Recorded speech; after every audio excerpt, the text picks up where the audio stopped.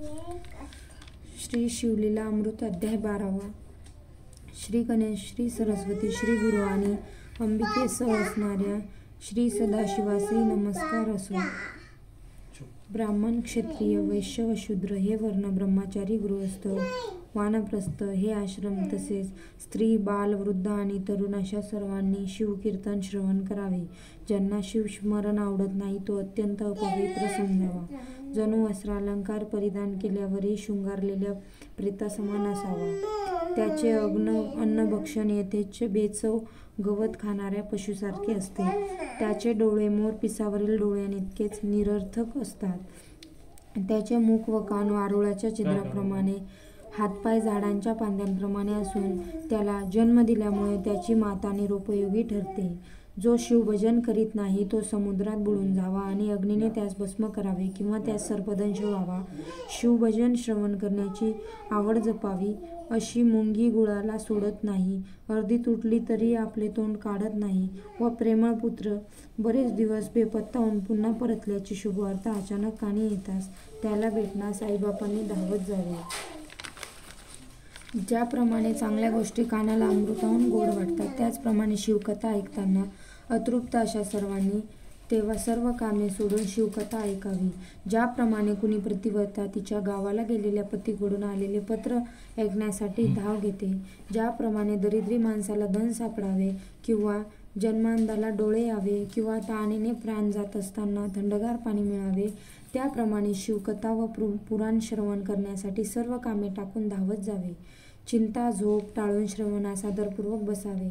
वक्ता पंडित व चातुर्याची खाण असलेला असावा. तोच आपला सद्गुरू असे मानून त्याला प्रणाम करावा किंवा त्याला शंकर मानून त्याच्याविषयी मनात आदर बाळगावा. ज्याप्रमाणे सुरभी कामधेनूच्या स्तनातून अमृतधारा स्रवतात, त्याचप्रमाणे वक्ता शिवचरित्र कथन करीत असताना ते कानाने प्राशन करावे. वक्ता अत्यंत श्रेष्ठ मानावा. त्याला उगीचच पाखंडी मत विचारू नये. मनात कुतर्क आणून त्याचे अंतःकरण किंचितही दुखवू नये. काही उमगले नाही तर आदराने त्यास विचारावे आणि तो जो सांगेल ते आदराने श्रवण करावे. जे कोणी विनाकारण गरिबास छळतात ते पिशाच योनीत जातात. वक्त्याला छळणाऱ्या पुरुषास दोष घडतात हे लक्षात ठेवावे.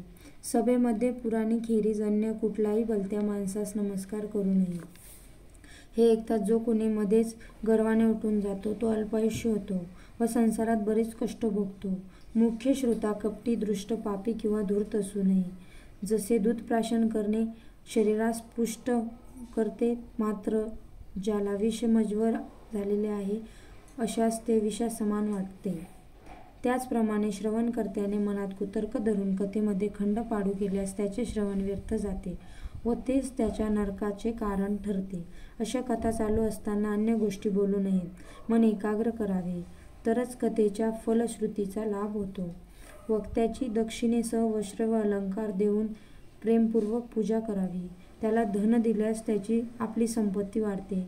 वक्त्यास भरपूर रत्ने दिल्यास आपले डोळे तेजस्वी होतात. त्याला अलंकार दिल्यास श्रोत्यांची प्रतिष्ठा वाढते. अशा प्रकारे वक्त्याची षोडोपचारे पूजा केल्यास शंकर संतुष्ट होतो व वक्त्याला जे पदार्थ अर्पण केले असतील त्यांच्या कोटीपत अधिक दात्यास प्रदान करतो. त्याला कधीही दारिद्र्य येत नाही. अखेरीस शिव त्याला स्वपदी घेऊन जातो. कथा श्रवणात येतेवेळी प्रत्येक पाऊल टाकताना पदोपदी पापांचा नाश होत असतो. कथा श्रवणास जे कुणी पागोटे घालून बसतात ते पूर्वी जन्मास बगळ्याच्या जन्मास येतात.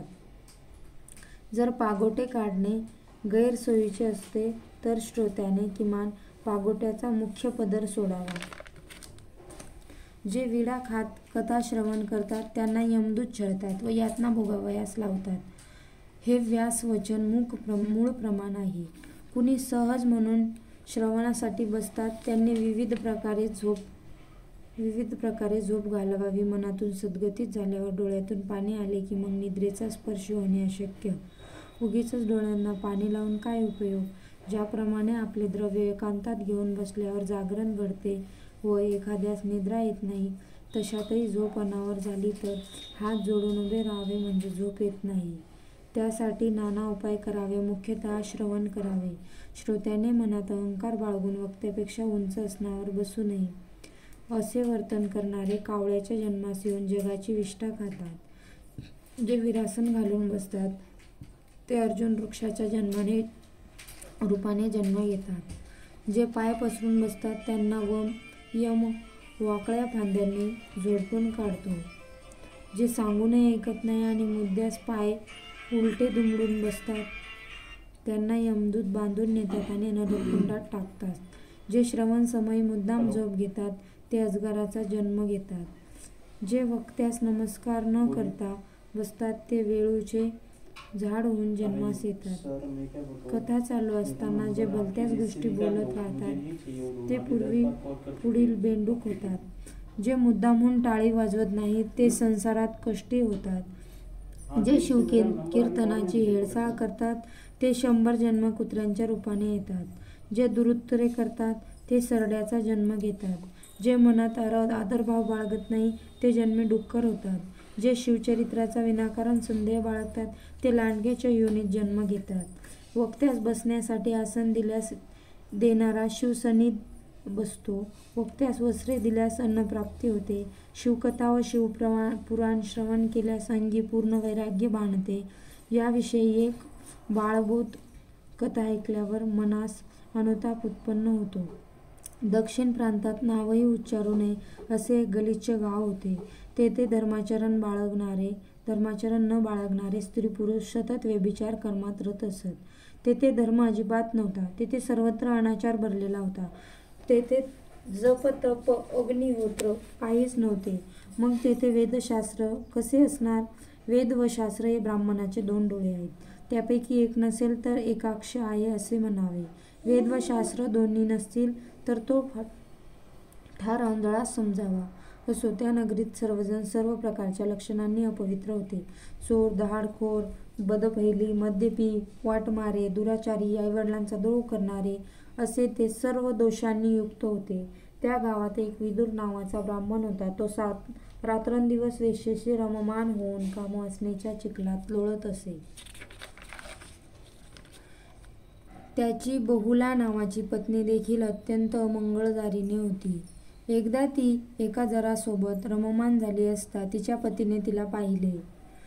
तो जार त्वरित पळून गेला. मात्र विदुराने तिला लाथाबुक्क्यांनी बदडले. तेव्हा ती म्हणाली, "तू जार झालास. मीही सतत तेच करीत असते." त्यावर विदुर ब्राह्मण म्हणाला, "तू अफाट द्रव्य मिळविले आहेस. ते द्रव्य मला दे, म्हणजेच मी वारांगणेस ते द्रव्य नेऊन देईल." त्यावर बहुला म्हणाली, "मी कोठून देणार?" हे ऐकल्यावर त्याने तिला पुन्हा बदडले. मग त्याने तिचे अलंकार हिसकावले आणि घरातील सर्व संपत्ती लुटून वारांगणेस नेऊन दिली. तिनेही तशीच संपत्ती आपल्या जारास नेऊन दिली. असे दोघेही पापाचरण करीत होते. कालांतराने विदुर ब्राह्मण मृत्यू पावला. यमदूत त्याला मारत घेऊन गेले आणि भरपूर यातना देत झाले. कुंभीपाक नरकादी दुःख भोगून तो शतमूर्ख विंध्य पर्वताच्या दरीत भयानक पिशाच झाला. अंगास आळेपिळे देत भुकेने व तहानेने पीडित होऊन तो हिंडत असे. त्याचे सर्व अंग शेंदूर माखल्यासारखे लालभडक झाले. तो स्वतःस एखाद्या झाडास टांगून घेई व मोठमोठ्याने ओरडत वनात भटकत राही. त्याच्या सर्वांगास महारोग भरून ते नासून गेले. जेथे काहीही फळे, मुळे व आहार मिळणार नाही अशा अत्यंत बिकट अशा काटेरी वनात आपल्या सर्व पापांचे भोग तो विदुर ब्राह्मण भोगत होता. इकडे विधवा बहुलेस तिचा मुलगा कुणापासून झाला हे देखील ठाऊक नव्हते. कालांतराने शिवरात्री पर्व झाले. सर्वजण गोकर्ण यात्रेस निघाले. विविध प्रकारची नवनवीन वाद्ये वाजत होती. ध्वज व पताका फुलून दिसत होत्या. शिवभक्त वारंवार शिवनामाचा जयघोष करीत होते. तेथे पापांचा लेश कसा उरेल. सर्वजण सर्वदा दोषमुक्त होते. त्यांच्या समवेत बहुला निघाली. तिने तिचा लहान मुलगा सोबत घेतला. पुण्यप्रद गोकर्ण क्षेत्राचा दर्शन घडताना सर्व लोक पावन झाले. बहुलेने स्नान करून महाबळेश्वराचे दर्शन घेतले व ती शिवपुराणात श्रवण करण्यासाठी येऊन बसली. त्या समयी असे निरूपण चालले होते की एका जारीस स्त्रीस यमदूत धरून घेऊन गेले. लोखंडी प्रहार तापून त्यांनी तिच्या भुजंगात घातले. ते ऐकून बहुला त्याच क्षणी अत्यंत भयभीत झाली. ती मनी ती मनी पश्चाताप भरल्याने ती मोठमोठ्याने रडू लागली. तिने आपली हकीकत पुराणिकास सांगितली. तसेच तिच्याकडून जे पापवर्तन घडले ते तिने स्वमुखाने सांगितले. मरणकाळी यमदूत मला आपट बडदुडून काढतील, त्यावेळी मला कोण सोडविणार? मी किती अपार दुःख सोसू. स्वामी, माझे शरीर थरथर कापू लागले आहे.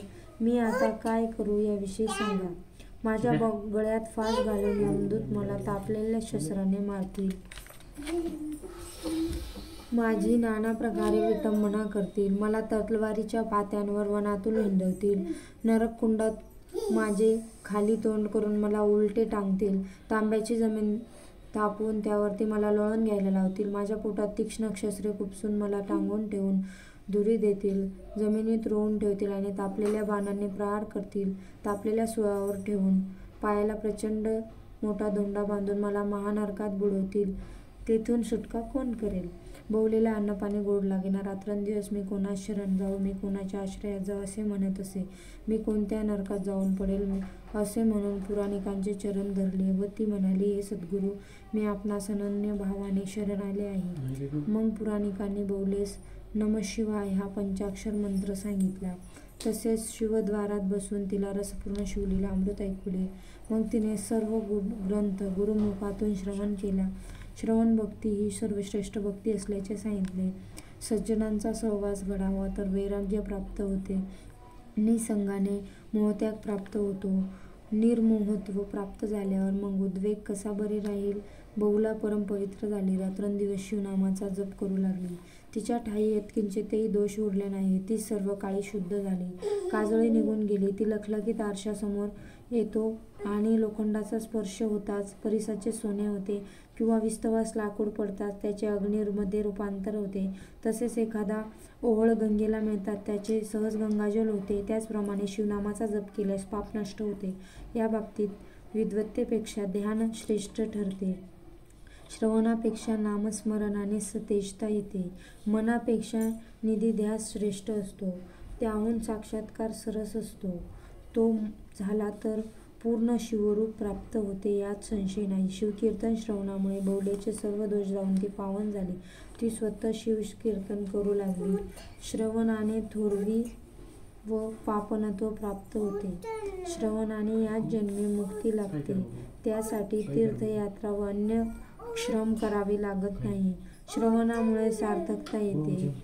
ज्याला सज्जनाचा सहवास व श्रवण लाभ होत नाही त्याने तीर्थयात्रा करावी. अत्यंत आदरपूर्वक श्रवण करणाऱ्यास अष्टांग योगासाधनाची गरज भासत नाही. योग, यज्ञ, व्रते व साधने यातील काहीही करावे लागत नाही. त्याहूनही अधिक म्हणजे श्रवणामुळे नवविधा भक्ती पूर्णतः साध्य होते. श्रवणाने 4 वर्ण व 4 आश्रम पावन होतात. असो, बवले सर्व गोष्टींपेक्षा संत सहवास श्रेष्ठ वाटत असे. गुरुची अखंड सेवा करीत ती गोकर्ण क्षेत्री राहिली. तिने जटा वाढविल्या आणि अंगावर वत्कले व कातडे धारण केले. ती नित्यनेमाने तीर्थस्नान करीत असे. सर्वांगास भस्मलेपन करून पुण्य रुद्राक्ष धारण करीत असे. सर्व नातलगांचा त्याग करून ती गुरुसेवा करू लागली. ती नित्य गोकर्ण क्षेत्रात दर्शन घेत असे. गोकर्ण या पुण्य पावन क्षेत्राचे महात्म्य 3ऱ्या अध्यायात सांगितले आहे. स्वतःची जात, कीर्ती, पुष्टी व वृद्धी याची तमा न ठेवता बवलेने तिन्ही देह जाळून त्याचे भस्म अंगास लावून ते ती पावन शिवरूप झाली. तेव्हा शंकराने विमान पाठविले व बवलेस शवपदास नेले. बवले समान पापी उद्धरून गेली याबद्दल विविध प्रकारचे लोक नवल करू लागले. सदाशिवापुढे जाऊन बवलेने स्तवन केले. त्यावर अंबेचे पवित्र स्तुतिगान गायले. तेव्हा पार्वती प्रसन्न झाली. इच्छित वर माग असे बवलेस म्हणाली. तेव्हा बोला म्हणाली, पती अधोगतीत पडला आहे. तो कोठे आहे हे काही कळत नाही. त्याला पावन करून येथे आण. तेव्हा त्रिजग जननीने अंतःकरणाचा मागोवा घेतला असता तिला तो विद्यांचलावर पिशाच्च होऊन रडत व हिंडताना दिसला. भवानी बवलेस म्हणाली, तू तुंबरास सोबत जा व तुझ्या पतीस विंध्यचलातून आणून त्याला शिवकथा ऐकव. ती विंध्यचलात गेली. तिच्या पती वस्त्रहीन पिशाच्च अवस्थेत होता. तुंबाराने त्याला वृक्षास बांधले. वेलींच्या तंतूने सप्तस्वरांची जोडणी करून त्याने पशुपक्ष्यांचाही उद्धार करणाऱ्या अशा शिवकीर्तनाचा प्रारंभ केला. तुंबराने रसभरीत असे शिवकीर्तन ऐकवताच विदुर ब्राह्मण सावध होत म्हणाला, आता मला सोड. त्याला सोडताच तुंबराचे पाय धरून तो म्हणाला, स्वामी तुम्ही धन्य आहात, तुम्ही पाप्याला पावन केले. नंतर पत्नीत म्हणाला, तूही धन्य आहेस, तू माझा उद्धार केलास. मग तुंबराने त्याला शिवपंचाक्षराचा मंत्राचा उपदेश केला. त्या मंत्राचा जप करताच तेथे अत्यंत दिव्य विमान आले. विदुर दिव्य रूप झाला व पत्नीसह विमानात बसला. तुंबराने दोघांनाही शिवपाशी आणले. दोघेही शिवचरणास लागले. पाण्यात मीठ मिसळावे त्याप्रमाणे दोघेही शिवरूपात एकरूप झाले. पाण्यात गार विरून जावी किंवा आकाशात वाद्यांचा नाद विरून जावा त्याप्रमाणे बहुला आणि विदुर शिवस्वरूप झाले. कापरात ज्योत एकरूप व्हावी किंवा गंगा समुद्रात सामावली जावी त्याप्रमाणे दोघे ब्रह्मरूपात एकरूप झाले. शिवमंत्र, शिवकथा श्रवण, शिवदीक्षा, रुद्राक्ष धारण, भस्मलेपन यांच्यामुळे किती जणांचा उद्धार झाला याची गणती नाही. भस्मातून भस्मासूर निघाला. तो अत्यंत शिवद्रोही व नीच वृत्तीचा होता. त्याचा उद्धार कसा झाला याविषयी जाणून घ्या. शिवपुराणातील ही कथा सुरस आहे. श्रोत्यांनी ती लक्षपूर्वक ऐकावी. एकदा प्रदोषकाळी महेश कैलासात होता. हातातील भस्म सर्वांगास लावत असताना शंकराला त्यात एक खडा लागला. तो त्याने जमिनीवर ठेवला. शिवचरित्र अद्भुत आहे. तेव्हा तेथे एक असुर उत्पन्न झाला. शिवाने त्याचे नाव भस्मासूर ठेवले. तो नेहमी हात जोडून उभा असे. तो म्हणाला, हे वृषभध्वज सदाशिव, मला काहीतरी सेवा सांग. तेव्हा शंभू म्हणाला, दररोज यावेळी मला चिताभस्म आणून देत जा. दररोज नवीन भस्म आण. हीच सेवा उत्कृष्टपणे कर. अशी आज्ञा होताच भस्मासूर संतुष्ट झाला. तो दररोज कर्मभूमीस येऊन संपूर्ण पृथ्वी शोधून पाही. जो शिवभक्त पारायण असे त्याचे लिंगार्चन घडले. ज्याने शिवरात्री सोमवार प्रदोषव्रत केले. जो सदैव रसपूर्ण शिवकीर्तन श्रवण करतो त्याचे भस्म भवानी शंकरास आदरपूर्वक स्वीकारतो. हरिहरांत भेद न मानणाऱ्या प्रेमळ भक्तांच्या मुंडक्यांची माळ धारण करून स्मशानात तीव्र वैराग्य वाढते. म्हणून दयाळू शंकर तेथे राहतो. लोक स्मशानातून घरी येतात तेव्हा त्यांना वैराग्य येऊन पुन्हा विषयांबद्दल प्रीती वाटू लागते. म्हणून उमावल्लभाने महास्मशान वाराणसीत वास केला आहे. पंचमहाभूतांनी बनलेला पिंड आणि ब्रह्मांड पूर्णपणे जाळून जे शिल्लक राहील ते सातवं सुख म्हणजे खरे भस्म. ते ब्रह्मानंद सुखरूपी शुद्ध भस्म शंकर अंगास लावतो. कारण तो कृपाळू, अवक्तव्य व व्यक्त रूपात असून षड्विकारांनी रहित असतो. तो षड्विकार म्हणजे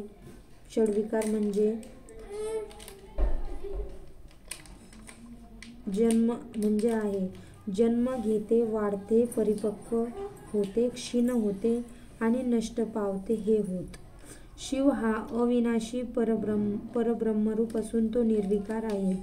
तो यश, संपत्ती, कीर्ती, साक्षात्कार, औदार्य, संपूर्ण वैराग्य आदी षड्गुणेश्वराने संपन्न आहे. या गोष्टी शंकराखेरीज अनन्य कोठेही आढळणार नाही. शिव कर्तृत्व, नियतृत्व, भोक्तृत्व, विभुत्व, साक्षीत्व व सर्वज्ञत्व या षड्चिन्हांनी सुशोभित आहे. या शुद्ध चिन्हांनी सुशोभित असा शंकर परिपूर्ण ब्रह्मानंद स्वरूप आहे. तो मायाच्या चक्राचा परिपूर्ण स्वामी असून सत्व, रजतम या त्रिविध भेदांनी रहित आहे. हा शंकर भक्तांच्या रक्षणासाठी सगुण व चैतन्ययुक्त होतो. त्याने भस्मासुराची निर्मिती करून त्यास भस्म आणण्यासाठी धाडले. दररोज चिताभस्म आणणारा तो असुर मस्तीने अतिशय माजला. गायी, ब्राह्मण व सुजन पाहून त्याला मारून टाकायची इच्छा त्याला होत असे. त्यांना ठार मारून असुरांचे राज्य प्रबळ करू, नंतर देवसमूहात जाऊन इंद्र व ब्रह्मदेव यांना जिंकू, विष्णू आणि शंकर यांनाही ठार करू व पुढे त्रिभुवन जिंकून देवांचा राजा होऊ. मनात अशी इच्छा धरून तो कपटी कैलासात गेला आणि म्हणाला, हे दुर्जटी ऐक. सृष्टीत कोठेही भस्म मिळाले नाही. असे पहा, मनुष्ययोनी संख्या 4 लाख असून दररोज 1.25 लाख जन्म मृत्युमुखी घडतात. ही समग्र पृथ्वी शोधली मात्र शुद्ध भस्म मिळाले नाही. अशा प्रकारे त्याने ढोंग केले व म्हटले, तुला चिताभस्म अर्पण करावयाचा माझा नित्यनेम टळतो आहे. तरी याबाबतीत एक सोपी युक्ती आहे. हे हरा, पंचवदन, विरूपाक्षा, त्रिपुरछेदन, उमावल्लभा, नागभूषणा, मला वर प्रदान कर. मी ज्याच्या मस्तकावर हात ठेवेन तो खचित भस्म व्हावा. त्यामुळे माझे काम साधणार आहे. एवढे माझे व्रत तू चालव. असे म्हणून त्याने लोटांगण घातले. निष्कपटी भोळा शंकर वर देण्यास सिद्ध झाला. त्यावेळी भवानी म्हणाली, हा दुष्ट दुराचारी आहे. याला वर दिला तर पृथ्वी भस्मसात करेल. आधीच बोंब मारणाऱ्याची हौस आणि त्यात फाल्गुन मास, आधीच वाटमारी करणारा आणि त्यालाच राजाने द्रव्य दिले. आधीच व्यभिचार करणाऱ्यास लंपाटाला स्त्री राज्याचा म्होरक्या करणे किंवा दारुड्यास सहजपणे शिंदीचे वन दाखविणे, माकडास दारू पाजणे, त्यावर त्याला विंचू चावणे, तशातच त्याला एखादा भयंकर भूताने झपाटणे, असे एकात एक भर पडल्याने जसे वर्तन होते तसे भस्मासुराचे होईल.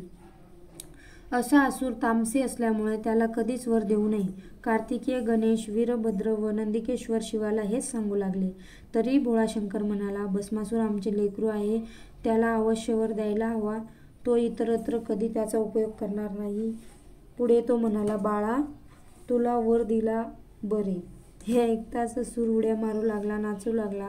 त्याचा आनंद त्रिभुवनातही मावेनासा झाला. नंतर लागलीच तो मृत्युलोकात आला. त्याने सर्वत्र संहार करू लागला. संत, भक्त, गायी, ब्राह्मण यांना शोधून तो भस्म करू लागला. त्यांच्या मस्तकावर हात ठेवताच तत्काळ त्याचे भस्म होई. ऋषींचा समूह शोधून तो सर्वांचे भस्म करीत असे. 56 देशांचा शोध घेत फिरणारा तो सैन्यासह सर्व राजलोकांचे क्षणात भस्म करीत असे. त्यामुळे मोठा अनर्थ ओढवला. ब्राह्मणजन कुटुंबासहित डोंगरदऱ्यात लपून बसले. संपूर्ण पृथ्वी ओस पडली. बाहेर कोणीही फिरकत नसे. ज्याप्रमाणे बहिरी ससाण्याने अवचित एखादा पक्षी ठार करावा, त्याप्रमाणे अंतराळातून येणारा तो त्वरित मस्तकास हाताचा स्पर्श करी. एखाद्या महायोद्ध्याने युद्धात प्रत्यक्ष यमास जिंकावे, तोही भस्मासुरापुढे गलित गात्र होई. त्याची तेथे काहीच युक्ती चालत नसे. ज्याप्रमाणे एखादा पाखंडी दृष्टाला आवर घालणे कित्येक पंडितांनाही शक्य होऊ नये, त्याचप्रमाणे असुर पाहिल्यावर कोणाची युक्ती चालत नसे. भस्मासुराच्या या नित्य संहाराची वार्ता शिवाच्या कानांपर्यंत जात नसे, कारण तो वेळेवर भस्म नेऊन देत असे. तेथे अतिशय नम्र होत उभा राहत असे. नंतर लगेचच मृत्यूलोकी येत असे. त्याने मनात असणारा आखाडा धरला की देवांसह शचीनायक इंद्रासही भस्म करून टाकावे. त्यानंतर ब्रह्मदेव व विष्णू यांना भस्म केल्यावर शेवटी शिव भस्मसात करावा व या त्रिभुवनात सुंदर अशी उमापार्वतीस पळवून आणावे. पृथ्वी ओस पडली. अवतीभवतीचे सर्व प्रजाजन, ऋषी भयग्रस्त मनाने एकत्र जमले आणि ते इंद्रास शरण गेले. तेव्हा इंद्र या साऱ्यांच्या समवेत ब्रह्मदेवाकडे जाऊन गाऱ्हाणे सांगू लागला. त्यावर ब्रह्मदेव म्हणाला, आपण विष्णूंकडे जाऊन त्याला हे सर्व काही सांगावे. इंद्रिय यज्ञाचे सर्वप्रथम दमन करणारा असा तो अधोक्षज विष्णू अतींद्रिय द्रष्टा आहे. त्यानुसार प्रजाजन व ब्राह्मणांनी भस्मासुराचे गाऱ्हाणे विष्णूला ऐकवले. तो त्या सर्वांसह शिवाकडे गेला आणि त्याने भस्मासुराचे सर्व काही जाळून भस्म केल्याचे शिवाच्या कानावर घातले. आता आम्हीच काय ते उरलो आहोत. आम्हा साऱ्यांचाही तो अंत करील. हे सदाशिवा, तुझा प्रांतही आम्हाला सुरक्षित दिसत नाही. तू देखील भवानीस सांभाळ बरे. हे ऐकून शिव हसला आणि म्हणाला, भस्मासुराचे मरण जवळ आले आहे. तुम्ही सत्वर आपापल्या ठिकाणी जा. असे बोलत असताना अकस्मात भस्मासूर तेथे येऊन भस्म घेऊन आला. त्याच्याविषयीचे गाऱ्हाणे ज्यांनी आणले त्या सर्वांकडे पाहून भस्मासूर सरड्याप्रमाणे मान तुकावून म्हणाला, जे जे कोणी येथे आले त्या सर्वांचे उद्या मी भस्म करीन. तेव्हा उमानाथ क्रोधाने भस्मासुरात म्हणाला, अरे नीच असुरा, तू पृथ्वीवर संहार केलास. तुला आम्ही वर दिला, त्याचा विनियोग छान केलास. त्यावेळी तो असुर क्रोधाने म्हणाला, तुझी सुंदर पत्नी मला दे. अन्यथा मी तुझ्या मस्तकावर हात ठेवतो. तेव्हा भवानी उठून घरात गेली. त्यावर भस्मासूर मान डोलवीत म्हणाला, शिवाच्या मस्तकावर हात ठेवून क्षणार्धात तुला कसा नेतो बघ. शिवाच्या मस्तकावर हात ठेवण्यासाठी वेगाने भस्मासूर धावला. ते पाहून प्रजाजन ऋषीजन दाही दिशांना पळत सुटले. जो भक्तजनांनी संसार बुद्धी नष्ट करतो असा मायेचा लागो शिव वेगाने धावत सुटला व घोर अरण्यात गेला. भस्मासूर त्याच्या पाठी लागला व म्हणाला, जोगड्या उभा राहा, धीर धर. आज तुझा संहार करून मी अंगाला भस्म लावणार आहे. वेदशास्त्र यांनाही त्याचा पार लागला नाही. तो मायाच्या चक्राचा स्वामी अव्यक्तव्य राहिला असता त्यास स्वबळाने धरील अशी वल्गना भस्मासूर करू लागला. ब्रह्मादेवादी देव ज्याचे ध्यान करतात, सनकादी मुनी ज्याची पूजा करतात, ज्या स्वबळाने धरीन अशी वल्गना भस्मासूर करू लागला. त्याला शंकर समीप दिसूनही त्याच्या आटोक्यात तो येईनासा झाला. कोटी वर्ष धावूनही सर्वेश्वर त्याच्या हाती लागला नाही. तो अनेक प्रकारे तर्क व कुतर्क करून हाका मारे, पण शिव सापडत नसे. वेद व शास्त्रे यांनी केलेला तर्क त्याच्या बाबतीत अडखळतो. त्यांची घोकणपट्टी करताना शास्त्रज्ञ वृद्ध झाले. सर्व विद्यांचे आकलन एकदम करून घेण्याचे प्रयत्नही काहींना केले. त्यांनाही मदनांतक शंकर जाणून घेता आला नाही. जे प्रेमळ शुद्ध अंतकरणाने व भाविक मनाने भाविक जन असतात त्यांनाच कैलास नायक आपलासा करता येतो. तो त्यांच्या घरी सर्वदा उमेसह वास करतो. तपश्चर्या, सामर्थ्य, विद्या व धन यांच्या बळावर जे त्याला धरू पाहतात ते शतमूर्ख असतात.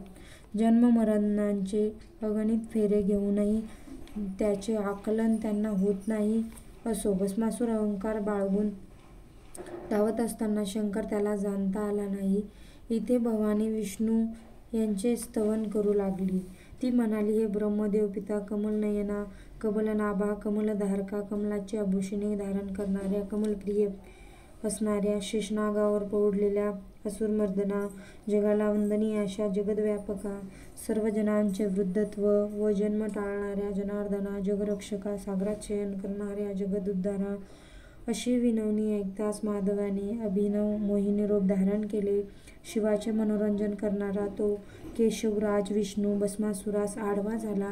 शिव वटवृक्ष रूप घेऊन दुरूनच कौतुक पाहत राहिला. मोहिनीला पाहून असुर निशंकपणे भुलून गेला. विमानातून सर्व देवते पाहू लागले. अहो, हे कसले अभिनव रूप आहे. अष्टनायिकांचे वैभव हिच्या पायाच्या अंगठ्याची रस पावत नाही. मोहिनी नाचू लागले हे पाहून भस्मासूर तल्लीन झाला. तो म्हणाला, हे ललने, तुझ्यावरून लक्ष्मी व पार्वती ओवाळून टाकाव्या.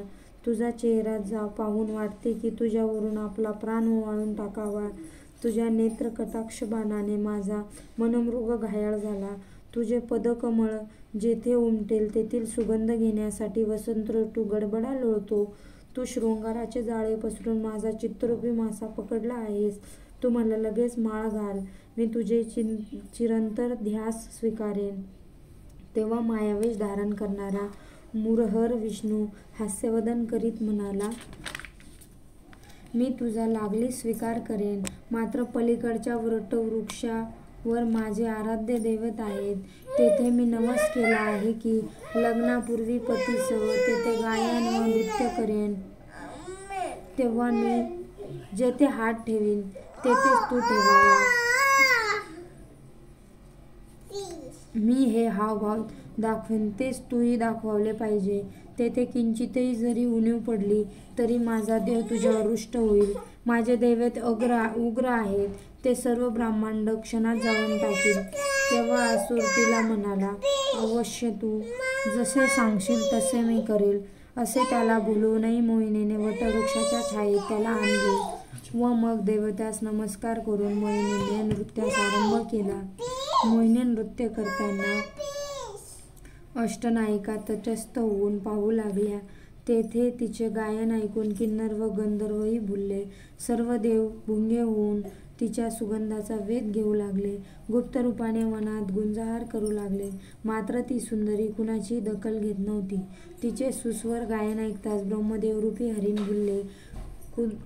कद्रुत नयन शेषनाग मस्तकावरील पृथ्वी खाली ठेवून ते गायन ऐकण्यासाठी वर येऊ पाहू लागला. मोहिनी जेथे जेथे हात ठेवेल तेथे तेथे भस्मासुरही करू लागला.